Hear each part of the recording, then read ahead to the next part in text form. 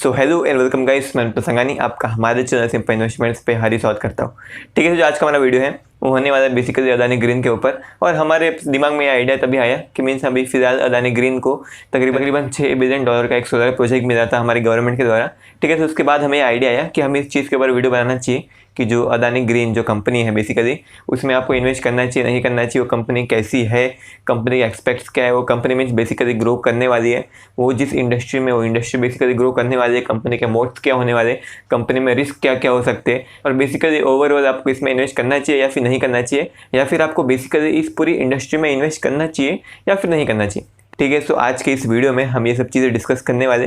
ठीक है, सो पूरी वीडियो देखना, थोड़ा सा भी मीन्स स्किप मत करना, इधर उधर चले मत जाना। ठीक है, सो पूरी वीडियो देखना क्योंकि मीन्स ये वीडियो देख के आपको पूरी तरीके से पता चल जाएगा कि मीन्स कभी भी आप अगर किसी भी कंपनी को इवेल्यूएट करते हो या फिर किसी इंडस्ट्री को इवेल्यूएट करते हो, सो आपको उस इंडस्ट्री या फिर उस कंपनी में क्या क्या चीज़ें देखनी चाहिए। ठीक है, सो चालू करते हैं आज का मैं वीडियो। लेकिन उसके पहले अगर आपने हमारे चैनल को सब्सक्राइब नहीं किया तो फटाफट सब्सक्राइब कर दीजिएगा, बाजू में बेल आइकन उसको दौड़ दीजिएगा ताकि हमारे चैनल पे कोई भी नई वीडियो आएगी उसकी नोटिफिकेशन सबसे पहले आपके पास आएगी। ठीक है, तो चालू करते हैं आज का अपना वीडियो। सो ये जो अडानी ग्रीन कंपनी है उसका जो मार्केट कैप था यानी उसकी मीन्स पूरी कंपनी की वैल्यू तकरीबन 1 लाख करोड़ के आसपास पहुंच चुकी है। और वो जो अडानी ग्रुप है उस पूरे ग्रुप में सबसे महंगी कंपनी हो चुकी है या फिर सबसे वैल्यूएबल कंपनी बन चुकी है। और ये तब हुआ जब जो स्टॉक है अदानी ग्रीन का जो स्टॉक है वो तकरीबन 6 महीने में 5 गुना मल्टीप्लाई हो चुका है, यानी तकरीबन 500% अब जा चुका है सिर्फ 6 महीने के अंदर अंदर। और ये सब इसीलिए हुआ क्योंकि ये जो पूरी कंपनी है वो सोलर प्रोजेक्ट पे बेट करने वाली है और बेसिकली बेट कर रही है। और जो लोग हैं वो लोग सोच रहे हैं कि जो सोलर इंडस्ट्री है वो बेसिकली बहुत डेवलप होने वाली है, उसमें ग्रोथ बहुत ज़्यादा होने वाला है। सो इसलिए इस कंपनी को बहुत मदद मिलने वाला है।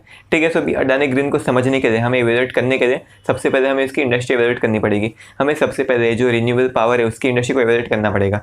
सो अगर हम अभी इस इंडस्ट्री की बात करेंगे यानी रिन्यूएबल एनर्जी इंडस्ट्री की बात करेंगे हम यहाँ पे, सो उसमें सबसे ज़्यादा मीन्स जो गवर्नमेंट है वो उसको पुश करना चाहती है।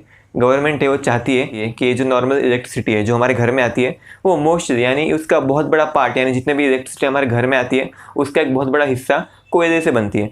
सो गवर्नमेंट चाहती है कि वो जो कोयले का जो इस्तेमाल है यानी कोयले का इंपोर्ट, हमारे पास कोयला इतना ज़्यादा है नहीं, सो हमें बेसिकली कोयला इंपोर्ट करना पड़ता है बाहर से। सो गवर्नमेंट चाहती है कि हम बेसिकली जो इंपोर्ट है उसको कम कर दें और जो हमारा बेसिकली डिपेंडेंस है यानी हमें कोयला चाहिए इलेक्ट्रिसिटी बनाने के लिए, सो हम बेसिकली उस डिपेंडेंस को भी कम कर दें। और ऐसे ही सब चीज़ों की वजह से गवर्नमेंट जो रिन्यूएबल एनर्जी है उसको सपोर्ट करिए और उसको पुश करने की कोशिश करिए। सो इसी पुश करने की कोशिश में उसने तकरीबन थोड़े टाइम पहले ही तकरीबन 175 गीगावाट्स का एक प्रोजेक्ट निकाला था, यानी बेसिकली एक प्रोजेक्ट नहीं निकाला था, उन्होंने क्या बोलते हैं एक प्लान निकाला था कि वो 2022 तक इंडिया में तकरीबन 175 गीगावाट्स के इलेक्ट्रिक प्रोजेक्ट्स होने चाहिए। ठीक है, और अगर हम अभी की बात करेंगे तो यानी 2020 में यानी 2022 की उनकी डेडलाइन थी, यानी 2022 तक ये सब होना चाहिए था। यानी 2022 तक हमारे देश में पूरे इंडिया में तकरीबन 175 गीगावाट्स के रिन्यूएबल एनर्जी के प्रोजेक्ट होने चाहिए थे या फिर प्लांट होने चाहिए थे। यानी जितने भी प्लांट सब मिला के तकरीबन 175 गीगावाट इलेक्ट्रिसिटी प्रोड्यूस करने वाले थे।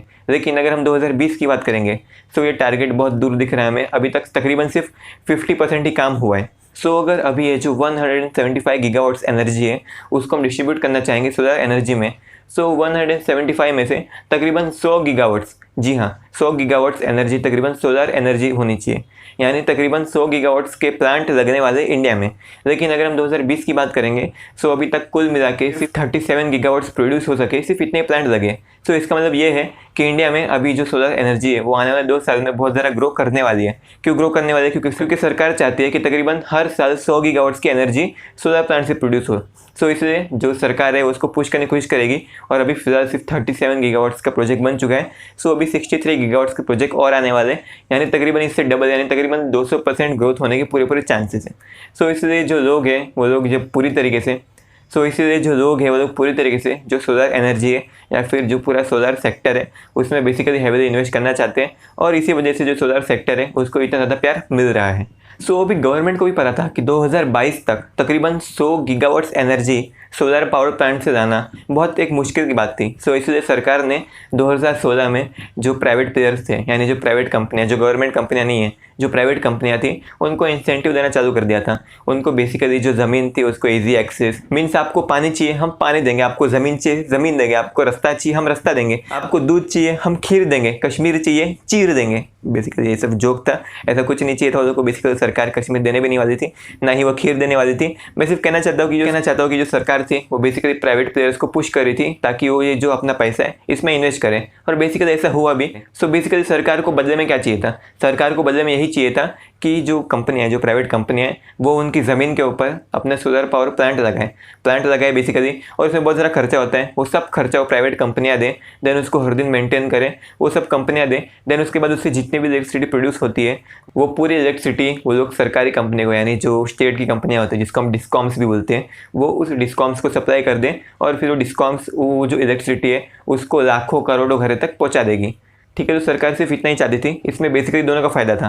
पहले सरकार का फ़ायदा था कि उनको सस्ते दाम पे इलेक्ट्रिसिटी मिल रही है, यानी उनको जो सस्ते दाम पे रिन्यूएबल एनर्जी मिल रही है, और उनको बेसिकली बहुत ज़्यादा इन्वेस्टमेंट करने की ज़रूरत भी नहीं पड़ती, क्योंकि जो प्राइवेट प्लेयर्स हैं वो लोग इन्वेस्ट करेंगे। और साथ ही साथ जो प्राइवेट प्लेयर्स थे उनको भी अच्छा खासा प्रॉफिट हो रहा था, क्योंकि जो सरकार है वो लोग उनको गारंटी दे रही है कि हाँ भाई, एक बार आपका पावर प्लांट बन जाएगा तो उसके बाद आप जितनी भी इलेक्ट्रिसिटी प्रोड्यूस करोगे वो आपके दाम के हिसाब से हम लोग सरकारी कंपनी को देंगे, और सरकारी कंपनियां फिर उनको घर तक पहुंचाएगी। ठीक है, तो मीन्स इसमें जो प्राइवेट प्लेयर्स थे उनको जो प्राइस है, जो इलेक्ट्रिसिटी है उसका प्राइस यानी उसके टैरिफ को डिसाइड करने का एक एडवांटेज मिलता था। सो बेसिकली एक वो लोग एग्रीमेंट बनाएंगे जिसको हम PPA बोलते हैं, यानी पावर परचेसिंग एग्रीमेंट। इसके हिसाब से जो कंपनी है, जो प्राइवेट कंपनी है, वो सरकार की जो डिस्ट्रीब्यूशन कंपनी है उसको इलेक्ट्रिसिटी प्रोड्यूस करेगी एक फिक्स प्राइस पे और एक फिक्स टाइम के लिए, यानी तकरीबन 10 साल से 25 साल तक। ठीक है, सो ये थी पूरी इंडस्ट्री की कहानी। सो ये सब चीज़ें चल रही थी। सो तभी 2015 में अडानी ग्रीन आई थी।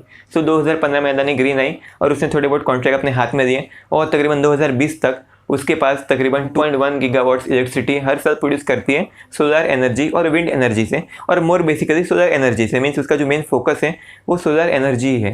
सो बेसिकली अभी वो फिलहाल 2.1 गीगावाट्स प्रोड्यूस कर सकती है, और जो अभी उसके पावर प्लांट हैं वो बन रहे हैं, वो तकरीबन कुल मिला के, यानी जब वो बन जाएंगे तब तकरीबन वो कुल मिला के 10 गीगावाट्स प्रोड्यूस कर पाएंगे।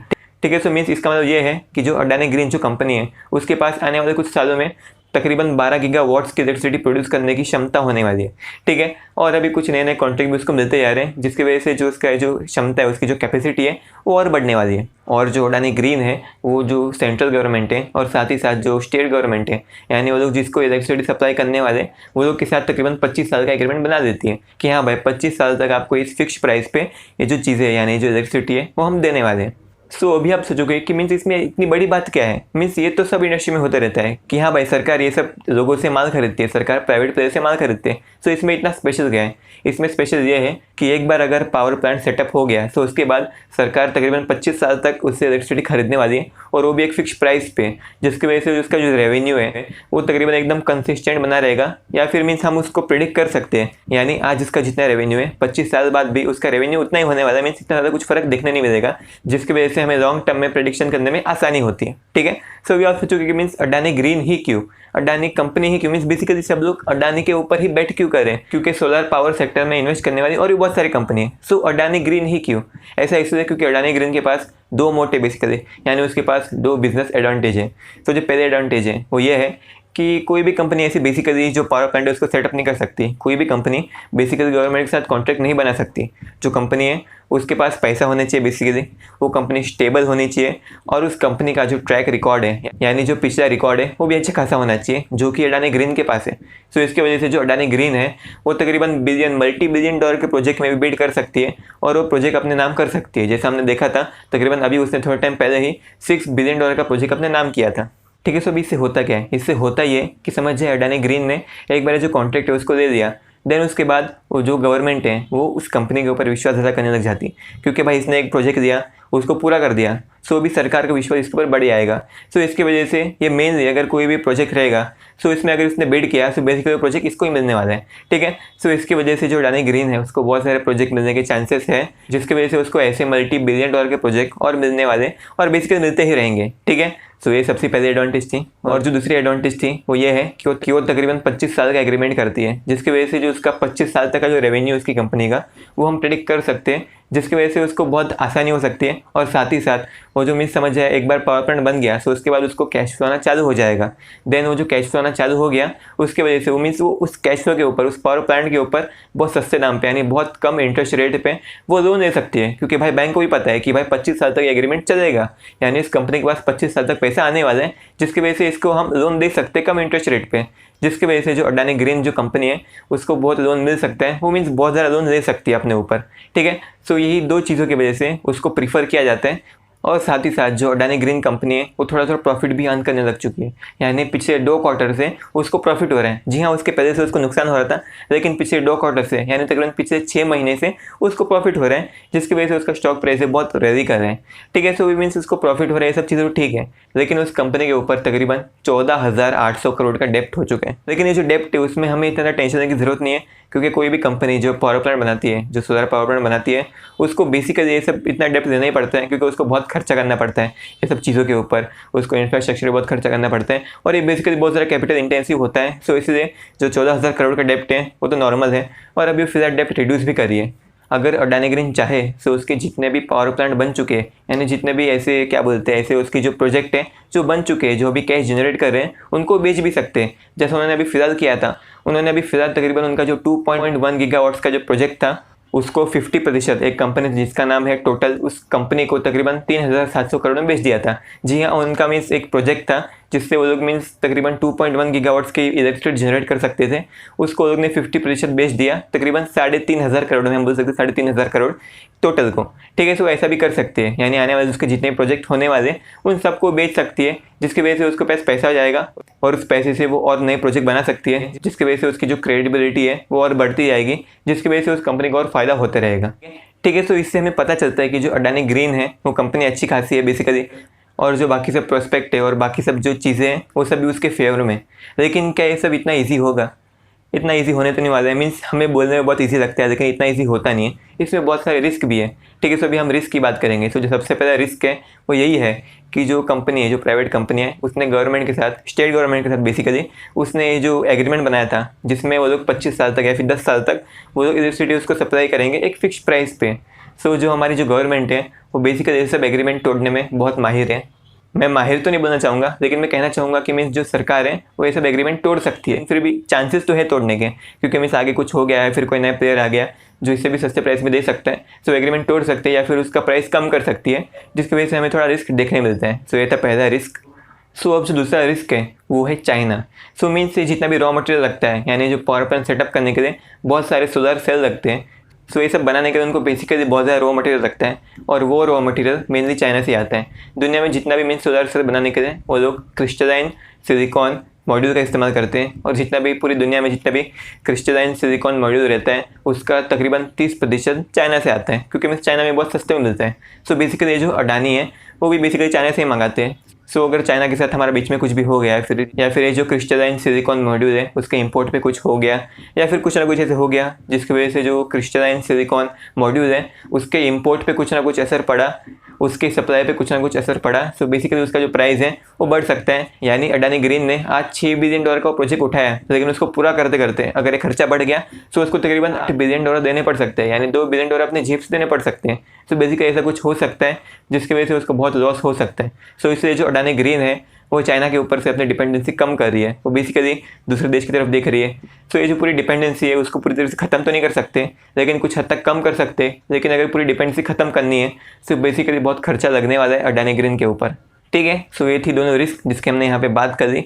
सो अभी जो क्वेश्चन है वो यहाँ पे ये है कि क्या आपको अभी अडानी ग्रीन में इन्वेस्ट करना चाहिए? मेरे हिसाब से अभी फ़िलहाल जो अडानी ग्रीन का जो स्टॉक प्राइस है और उसका जो बिज़नेस है, वो जो स्टॉक प्राइस है वो उसकी बिज़नेस से बहुत ज़्यादा ऊपर जा चुका है। यानी जो उसका स्टॉक प्राइस है वो बेसिकली बिज़नेस को दूर दूर तक रिप्रेजेंट नहीं कर रहा है, उसका स्टॉक प्राइस बहुत ज़्यादा बढ़ चुका है, जिसकी वजह से मेरे हिसाब से आपको इसमें इन्वेस्ट नहीं करना चाहिए। आपको एक करेक्शन का वेट करना चाहिए, या फिर आपको थोड़ा रुकना चाहिए कि भाई इसका स्टॉक प्राइस सस्ता हो जाएगा, या फिर इसका जो स्टॉक प्राइस वो उतना ही रहेगा और उसका बिज़नेस थोड़ा और अच्छा हो जाएगा, जिसकी वजह से हमें इस कोरिलेशन मिल जाएगा इसके स्टॉक प्राइस और बिज़नेस के बीच में।